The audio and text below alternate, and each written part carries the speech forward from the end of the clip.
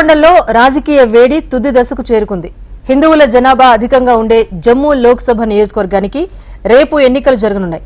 ఇప్పటికే 2 సార్లు ఆ స్థానాన్ని బీజేపీ కైవసం చేసుకోగా ఈసారి ఎలా అయినా జమ్మూలో జెండా పాతాలని కాంగ్రెస్ ఊవిళ్లూరుతోంది.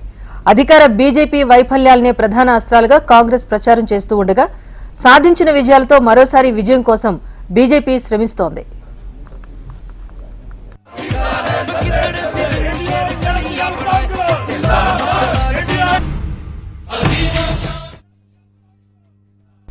ఈసారి బీజేపీ నుంచి సిట్టింగ్ ఎంపీ అయిన జుగల్ కిషోర్ శర్మ పోటీ చేస్తూ ఉండగా రమన్ భల్లా కాంగ్రెస్ నుంచి బరిలో నిలిచారు.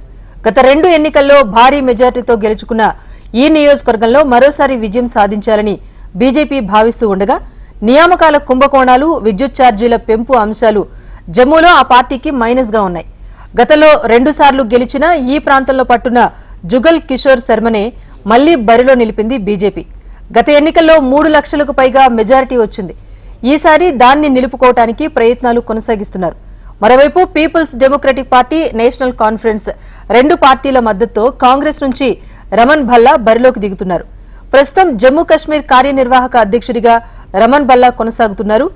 ఈసారి ఎలాగైనా కాంగ్రెస్ జెండాను జమ్మూలో రెపరెపలాడిస్తామని రమన్ భల్లా ధీమా వ్యక్తం చేస్తున్నారు.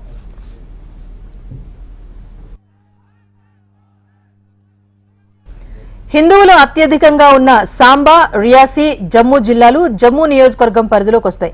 1998లో తొలిసారిగా ఈ సీట్ను బీజేపీ గెలుచుకుంది. ఆ తర్వాత 2014, 2019లో 2 సార్లు జుగల్ కిషోర్ శర్మనే విజయం సాధించారు.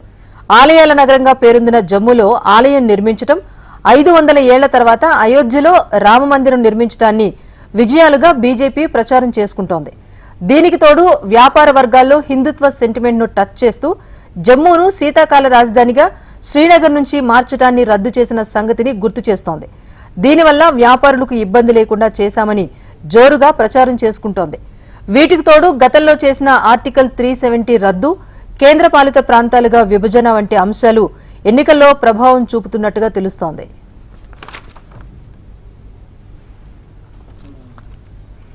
అయితే జమ్మూలో గత 3 ఏళ్లుగా ప్రభుత్వ వ్యతిరేక ఆందోళనలు కొనసాగుతున్నాయి.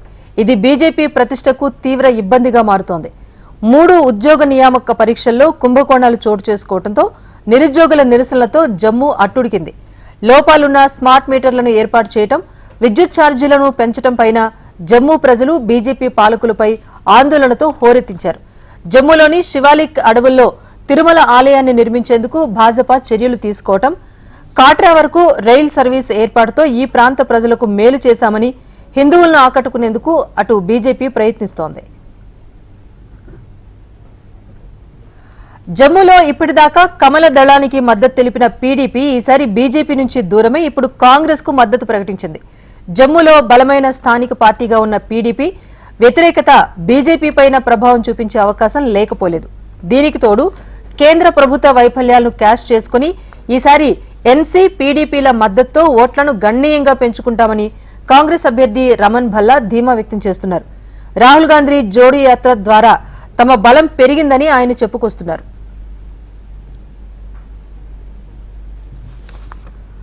ఆధ్యాత్మికత ఉట్టిపడే జమ్మూలో మొత్తం 17,80,738 మంది ఓటర్లున్నారు. వీరిలో పురుషులు 9,21,053 మంది కాగా మహిళా ఓటర్లు 8,59,557 మంది, ట్రాన్స్జెండర్లు 20 మంది ఉన్నారు. వీరి కోసం మొత్తం 2,416 పోలింగ్ కేంద్రాలు ఏర్పాటు చేసింది ఈసీ. సానుకూలతలు సమానంగానే ఉన్నా ఒకవైపు అధికార బీజేపీపై ప్రజల్లో గూడు కట్టుకున్న వ్యతిరేకత కాంగ్రెస్ కు సానుభూతిగా మారే అవకాశం జమ్మూలో స్పష్టంగా కనిపిస్తున్నా ఈసారి సాంప్రదాయానికి అనుగుణంగానే బీజేపీ వైపు మొగ్గు చూపుతారా లేక మార్పు కోరుకుంటారా? అసలు జమ్మూ ప్రజలు ఎవరి వైపు ఉంటారు అన్నది ఆసక్తికరంగా మారింది.